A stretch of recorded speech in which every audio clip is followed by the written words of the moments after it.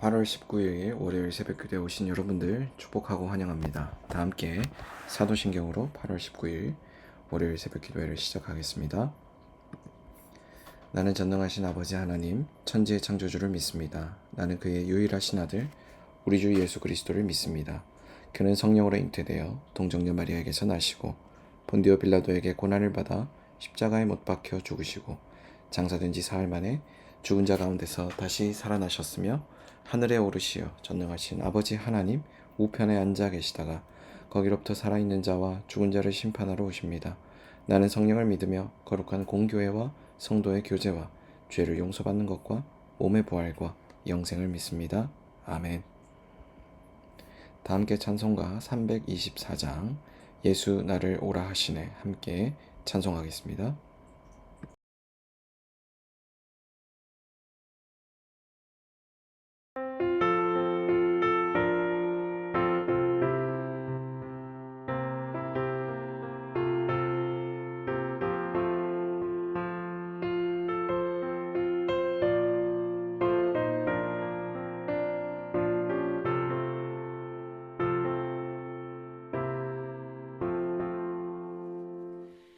예수 나를 오라 하네 예수 나를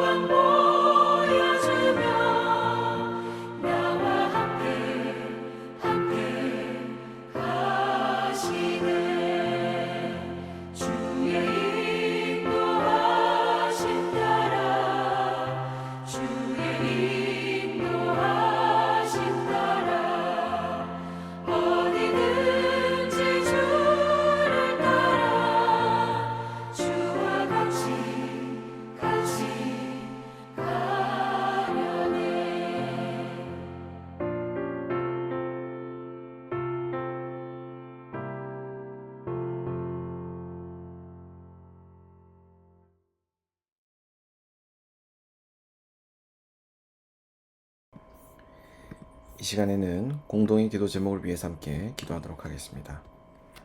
첫 번째로는 나라를 위해서 함께 기도합니다. 나라를 위해서 함께 기도할 때에는 우리나라의 사회를 위해서 함께 기도하겠습니다. 우리나라의 사회가 약자가 보호받고 소통이 잘 이루어지는 사회 될 수 있도록 위해서 기도하도록 하겠습니다. 특별히 사회에 여러 취약계층들이 존재합니다. 그들이 잘 보호받는 사회가 될 수 있도록 위해서 함께 기도하도록 하겠습니다. 두 번째로 국내외 선교를 위해서 함께 기도하겠습니다. 국내외 선교를 위해서 함께 기도할 때에는 아나톨레 성경연구 모임을 위해서 함께 기도하겠습니다. 박영덕 목사님께서 섬기고 계시는 아나톨레 성경연구 모임이 성경적 지도자를 잘 양성해 가고 또 이 일에 힘쓰는 선교단체 될 수 있도록 위해서 함께 기도하겠습니다. 그리고 섬기시는 박영덕 목사님과 돕는 여러 손길들이 합심하여 이 선교단체를 잘 세워가는 귀한 은혜가 있도록 위해서 함께 기도하겠습니다. 세 번째로는 삼성동안교회를 위해서 함께 기도하겠습니다. 삼성동안교회를 위해서 함께 기도할 때에는 비신자, 낙심자 사역을 위해서 그리고 유아 유치부를 위해서 함께 기도하겠습니다. 우리 교회가 찾는 이들로 일컬어지는 비신자 그리고 낙심자들을 위해서 계속해서 사역해가며 또 외부 지향적인 가치를 바탕으로 이들을 향한 사역을 지속해 갈 수 있도록 위해서 기도해 주시고 유아 유치부가 어린이들을 양육하는 데 있어서 복음을 바탕으로 잘 양육해 갈 수 있는 부서 될 수 있도록 위해서도 함께 기도하겠습니다. 네 번째로는 교우 가정을 위해서 함께 기도하겠습니다. 교우 가정을 위해서 함께 기도할 때에는 김대윤, 하은아 교우의 가정을 위해서 함께 기도하겠습니다. 이 두 교우의 가정이 복음 안에서 든든히 세워져 가며 또 모든 영역 간의 필요들을 풍성히 채우시는 은혜가 있도록 위해서 기도하고 또 이 가정 가운데 하나님께서 향하신 세우신 그 뜻이 아름답게 열매 맺는 귀한 가정 될 수 있도록 위해서도 함께 기도하겠습니다. 다섯 번째로는 새벽기도회를 위해서 함께 기도하겠습니다. 계속해서 온라인으로 진행되고 있는 새벽기도회가 말씀의 은혜가 넘치는 시간 또 성령님과의 충만한 교제가 일어나는 시간 될 수 있도록 위해서도 함께 기도하도록 하겠습니다. 함께 나눈 이 다섯 가지 기도 제목을 위해서 이 시간 한 목소리로 기도하도록 하겠습니다.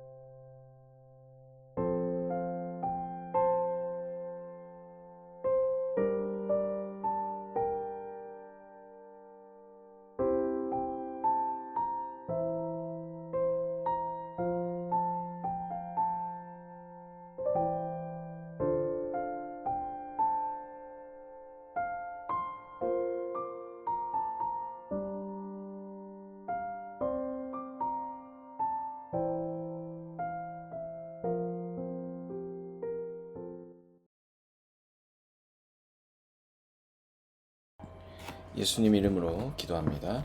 아멘.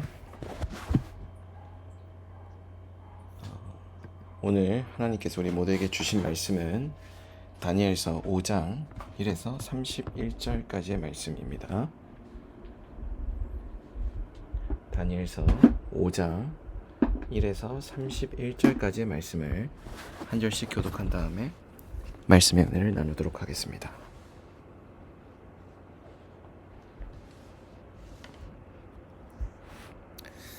한 절씩 교독합니다. 벨사살 왕이 그의 귀족 1000명을 위하여 큰 잔치를 베풀고 그 1000명 앞에서 술을 마시니라. 벨사살이 술을 마실 때 명하여 그의 부친 느부갓네살이 예루살렘 성전에서 탈취하여 온 금, 은 그릇을 가져오라고 명하였으니 이는 왕과 귀족들과 왕후들과 후궁들이 다 그것으로 마시려 함이었더라. 이에 예루살렘 하나님의 전 성소 중에서 탈취하여 온 금그릇을 가져오매 왕이 그 귀족들과 왕후들과 후궁들과 더불어 그것으로 마시더라. 그들이 술을 마시고는 그 금, 은, 구리, 쇠, 나무, 돌로 만든 신들을 찬양하니라. 그때 사람의 손가락들이 나타나서 왕궁 촛대 맞은편 석회벽에 글자를 쓰는데 왕이 그 글자 쓰는 손가락을 본지라. 이에 왕의 즐기던 얼굴빛이 변하고 그 생각이 번민하여 넓적 다리마디가 녹는 듯하고 그의 무릎이 서로 부딪힌지라. 왕이 크게 소리질러 술객과 갈대아 술사와 점쟁이를 불러오게 하고 바벨론의 지혜자들에게 말하되 누구를 막론하고 이 글자를 읽고 그 해석을 내게 보이면 자주색 옷을 입히고 금사슬을 그의 목에 걸어주리니 그를 나라의 셋째 통치자로 삼으리라 하니라. 그때 왕의 지혜자가 다 들어왔으나 능히 그 글자를 읽지 못하며 그 해석을 왕께 알려주지 못하는지라. 그러므로 벨사살 왕이 크게 번민하여 그의 얼굴빛이 변하였고 귀족들도 다 놀라니라. 왕비와 왕과 그 귀족들의 말로 말미암아 잔치하는 궁에 들어갔더니 이에 말하여 이르되 왕이여 만수무강하옵소서. 왕의 생각을 번민하게 하지 말며 얼굴빛을 변할 것도 아니니이다. 왕의 나라에 거룩한 신들의 영이 있는 사람이 있으니 곧 왕의 부친 때에 있던 자로서 명철과 총명과 지혜가 신들의 지혜와 같은 자니이다. 왕의 부친 느부갓네살 왕이 그를 세워 박수와 술객과 갈대아 술사와 점쟁이의 어른을 삼으셨으니 왕이 벨드사살이라 이름하는 이 다니엘은 마음이 민첩하고 지식과 총명이 있어 능히 꿈을 해석하며 은밀한 말을 밝히며 의문을 품을 수 있었나이다. 이제 다니엘을 부르소서. 그리하시면 그가 그 해석을 알려드리리이다 하니라. 이에 다니엘이 부름을 받아 왕의 앞에 나오매 왕이 다니엘에게 말하되 내가 나의 부왕이 유다에서 사로잡아 온 유다의 자손 중에 그 다니엘이냐. 내가 내게 대하여 들은즉 내 안에는 신들의 영이 있으므로 내가 명철과 총명과 비상한 지혜가 있다 하도다. 지금 여러 지혜자와 술객을 내 앞에 불러다가 그들에게 이 글을 읽고 그 해석을 내게 알게 하라 하였으나 그들이 다 그 해석을 내게 보이지 못하였느니라. 내가 내게 대하여 들은즉 너는 해석을 잘하고 의문을 푼다 하도다. 그런즉 내가 이 글을 읽고 그 해석을 내게 알려주면 내게 자주색 옷을 입히고 금사슬을 내 목에 걸어주어 너를 나라의 셋째 통치자로 삼으리라 하니 다니엘이 왕에게 대답하여 이르되 왕의 재물은 왕이 친히 가지시며 왕의 상급은 다른 사람에게 주옵소서. 그럴지라도 내가 왕을 위하여 이 글을 읽으며 그 해석을 알으리이다. 왕이여 지극히 높으신 하나님이 왕의 부친 느부갓네살에게 나라와 큰 권세와 영광과 위엄을 주셨고 그에게 큰 권세를 주셨으므로 백성들과 나라들과 언어가 다른 모든 사람들이 그의 앞에 떨며 두려워하였으며 그는 임의로 죽이며 임의로 살리며 임의로 높이며 임의로 낮추었더니 그가 마음이 높아지며 뜻이 완악하여 교만을 행함으로 그의 왕위가 폐한바되며 그의 영광을 빼앗기고 사람 중에서 쫓겨나서 그의 마음이 들짐승의 마음과 같았고 또 들나귀와 함께 살며 또 소처럼 풀을 먹으며 그의 몸이 하늘의 이슬에 젖었으며 지극히 높으신 하나님이 사람 나라를 다스리시며 자기의 뜻대로 누구든지 그 자리에 세우시는 줄을 알기에 이르렀나이다. 벨사살이여 왕은 그의 아들이 되어서 이것을 다 알고도 아직도 마음을 낮추지 아니하고 도리어 자기 자신을 하늘의 주제보다 높이며 그의 성전 그릇을 왕 앞으로 가져다가 왕과 귀족들과 왕후들과 후궁들이 다 그것으로 술을 마시고 왕이 또 보지도 듣지도 알지도 못하는 금, 은, 구리, 쇠와 나무, 돌로 만든 신상들을 찬양하고 도리어 왕의 호흡을 주장하시고 왕의 모든 길을 작정하시는 하나님께는 영광을 돌리지 아니한지라. 이러므로 그의 앞에서 이 손가락이 나와서 이 글을 기록하였나이다. 기록된 글자는 이것이니 곧 메네메네 데겔 우바르시니라.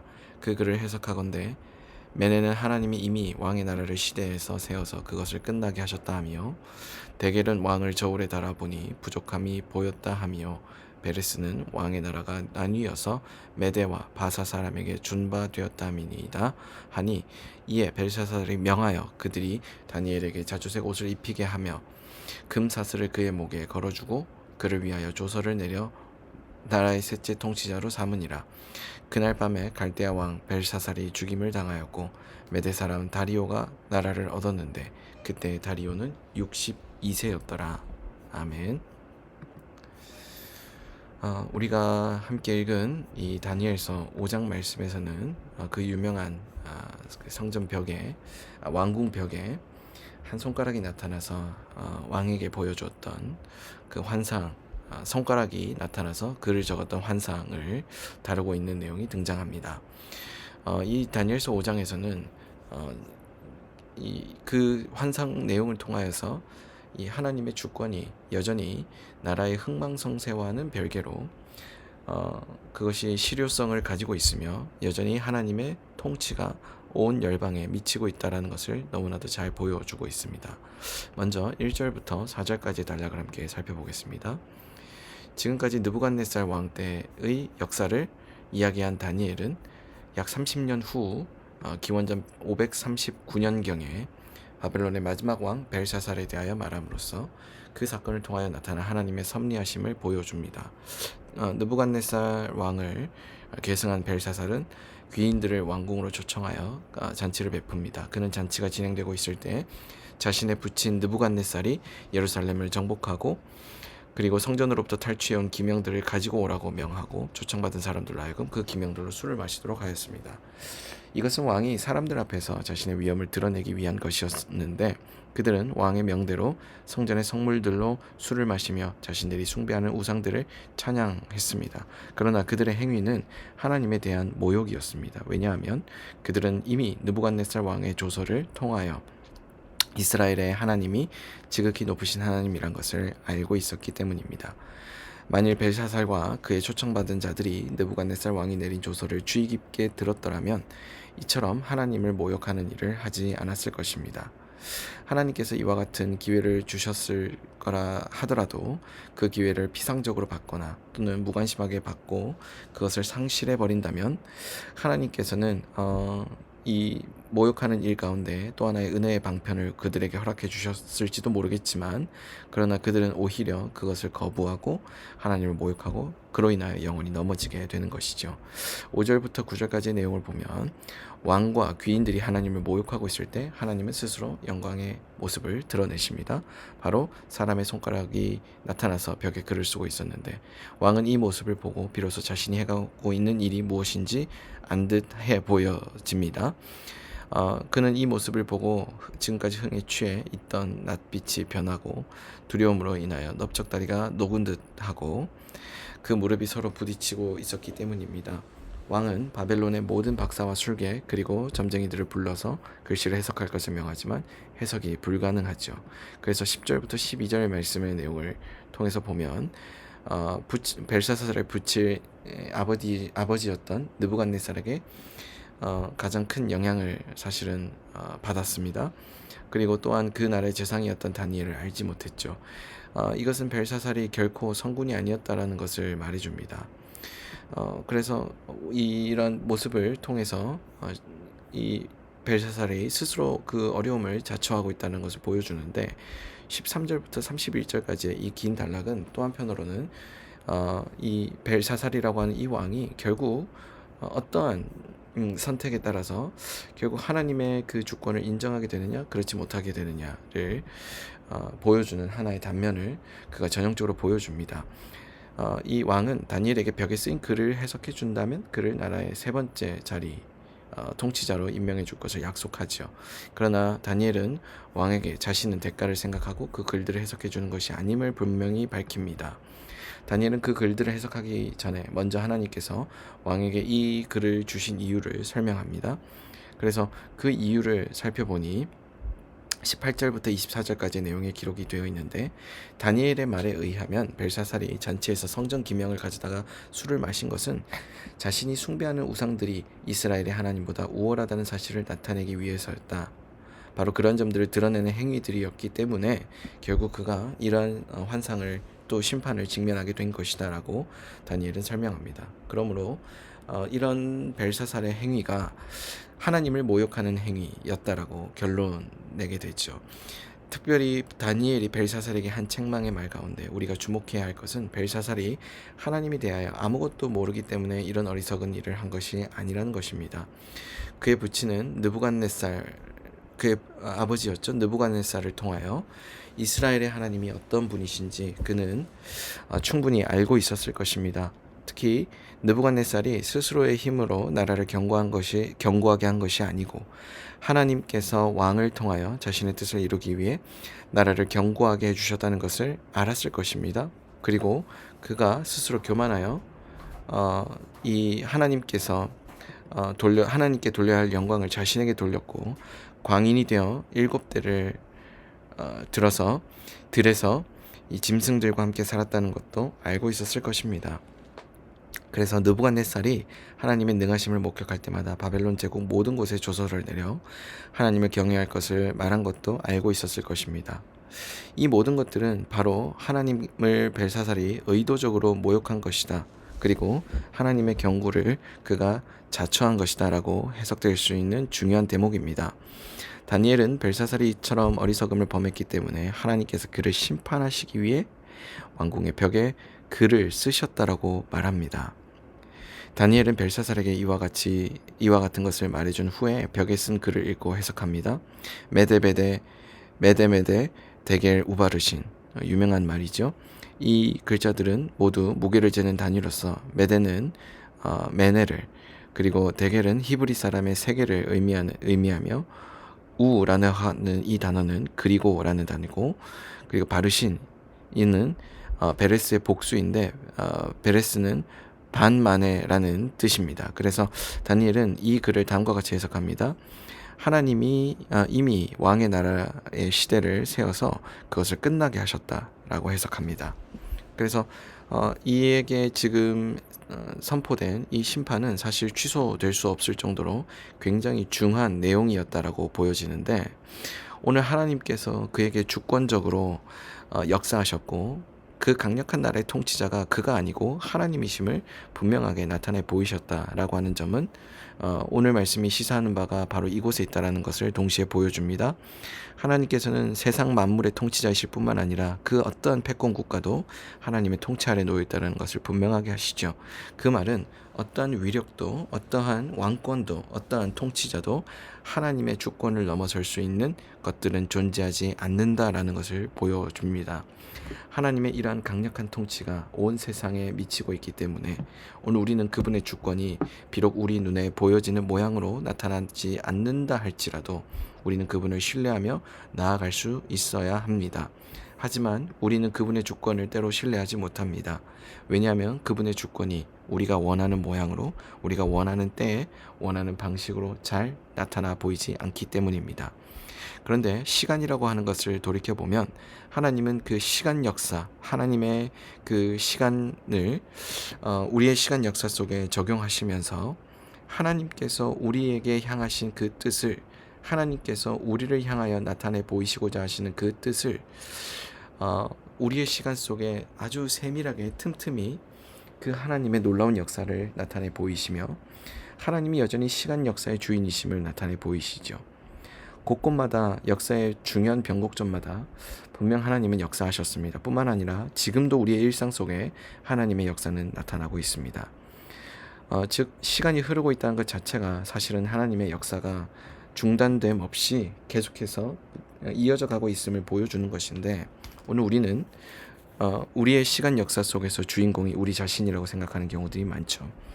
그것은 우리가 그 시간을 통제할 때 안정감을 누리는 모습들을 통해서 더욱더 분명히 드러납니다.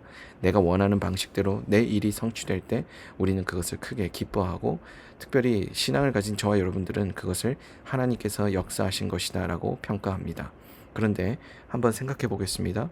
우리의 뜻대로 이루어지지 않는 일들이 훨씬 더 많습니다. 그리고 우리의 뜻과 전혀 다른 모양으로, 그리고 우리가 생각했던 것보다 더 놀라운 그런 정도로 그 하나님의 일들이, 또 우리의 삶의 일들이 성취된 것들이 참 많습니다. 여러분, 그 상황들을 보시면서 무엇을 느끼십니까? 결국 그 모든 시간에 흐르고 있었던 일들의 주인공은 하나님이시란 겁니다. 누구도 예상치 못했던 메시아의 오심은 바로 예수 그리스도께서 사람의 모양으로 오셨다라는 것을 통해 우리에게 또 하나의 도전을 줍니다. 주님께서는 나사렛 별 볼 일 없는 동네에서 보잘것없는 모습으로 우리 가운데 오셨죠. 그런데 그 보잘것없는 모습으로 찾아오신 천안 출신 동네의 그 청년, 예수라고 하는 그 청년이 바로 주님 메시아이셨고, 하나님께서 우리를 향해 보내신 구원자이셨다라는 것을 아무도 눈치채지 못했습니다. 바로 주님은 우리의 생각과, 그리고 우리의 상식, 우리의 선입견, 이 모든 것들을 초월하여서 우리가 시간 안에 갇혀 지낼 수밖에 없는 유한한 존재이지만, 주님은 그 시간을 초월하여서 놀랍도록 역사하시는 것을, 그리고 그분의 주권이 여전히 미치고 있음을 우리에게 보여주십니다. 주권자이신 예수님, 그분을 바라볼 때 우리는 우리의 뜻대로 일이 풀리지 않는 그 순간에도 좌절하지 않을 수 있습니다. 왜냐하면 우리도 또한 역시 그 시간을 초월하여 역사하시는, 놀랍도록 역사하시는 그 하나님의 역사를 우리가 경험하게 될 것이기 때문입니다. 사랑하는 여러분, 그리스도께로 나오십시오. 그분의 주권 아래 이루어지고 있는 놀라운 하나님의 역사를 주목하시고 기대하시고 소망하시게 되기를 주의 이름으로 축복합니다. 그 놀라운 역사 가운데 저와 여러분들이 부르심 받았다라는 것을 함께 기억하며 오늘 하루도 주님께 의탁하는 저와 여러분들 되시기를 주의 이름으로 축복합니다. 함께 기도하겠습니다. 주권자 되시는 주님, 우리가 주님을 더욱더 의지하고 소망하기를, 그리고 우리가 더욱더 주님을 바라보며 우리의 삶을 전적으로 주님께 맡겨드리기를 소망합니다. 주님, 우리 가운데 함께 하시고 우리의 모든 삶을 주장하여 주옵소서. 사랑이 많으신 예수님 이름으로 기도드립니다. 아멘. 다 함께 주기도문으로 오늘 새벽 기도를 마치겠습니다. 하늘에 계신 우리 아버지, 아버지 이름을 거룩하게 하시며 아버지 나라가 오게 하시며 아버지의 뜻이 하늘에서와 같이 땅에서도 이루어지게 하소서. 오늘 우리에게 일용할 양식을 주시고 우리가 우리에게 잘못한 사람을 용서하여 준 것 같이 우리 죄를 용서하여 주시고 우리를 시험에 빠지지 않게 하시고 악에서 구하소서. 나라와 권능과 영광이 영원히 아버지의 것입니다. 아멘. 이 시간 이후에는 각자 가진 기도 제목을 위해서 기도하겠습니다.